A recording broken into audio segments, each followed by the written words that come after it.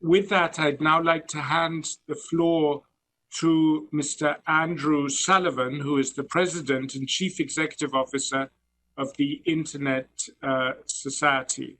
So, Andrew, over to you. Thank you so much. Secretary-General, Excellencies, distinguished moderator and panelists, friends and colleagues, if ever there was a time to appreciate all the benefits the internet brings and could bring, it is now. As other distinguished panelists have noted, even a few years ago, a gathering like this online would have been unthinkable. In the ongoing pandemic, millions of people have been able to work and to maintain their social bonds, no matter whether separated by distance or illness. The internet, too, is a means by which totally justified cries for racial justice are echoing around the world today.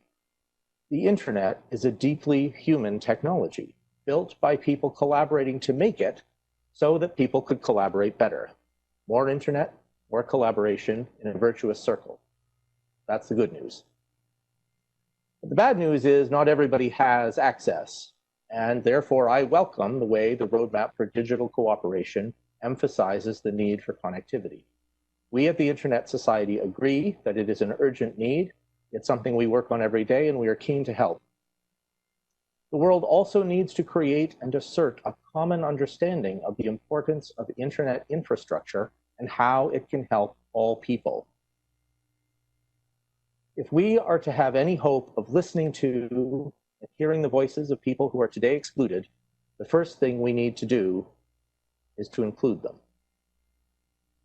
Early in the days of the pandemic, some suggested that the internet's decentralized nature might make it incapable of dealing with the new demands.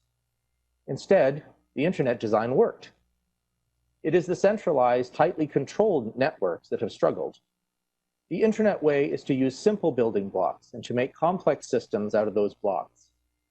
Experience tells us this approach works very well. And so the internet way is the best way to connect us all so that we can learn from one another. Now, of course, the internet presents some challenges. It is too often used as a means to promote racial hate or false information or abuse or crime. But while admitting those challenges, we must keep in mind how well the architecture of the internet has proven itself and how people have benefited. And we must build on those strengths. This means understanding that the distributed, decentralized design of the internet is what worked in the current health crisis, so we need to resist calls for centralization or regulations that are not fit for purpose. It means making sure that the people who want connectivity can be involved in building it so that it meets their needs. It means acknowledging that seemingly simple solutions to address one problem on the internet can create possibly worse effects elsewhere in this complex system. And it means ensuring secure connectivity for everyone, because insecure systems for some means an insecure internet for us all. There are, as the roadmap notes, legitimate concerns underlying the need for encryption. Sometimes those concerns can only be addressed with strong end-to-end encryption. When pandemic came, the internet was ready. Many traditional governmental systems were, alas, not. And there is a lesson to be learned here, I believe, when thinking about the future of digital cooperation. The words of Kofi Annan, former UN General Secretary, shared 15 years ago still resonate.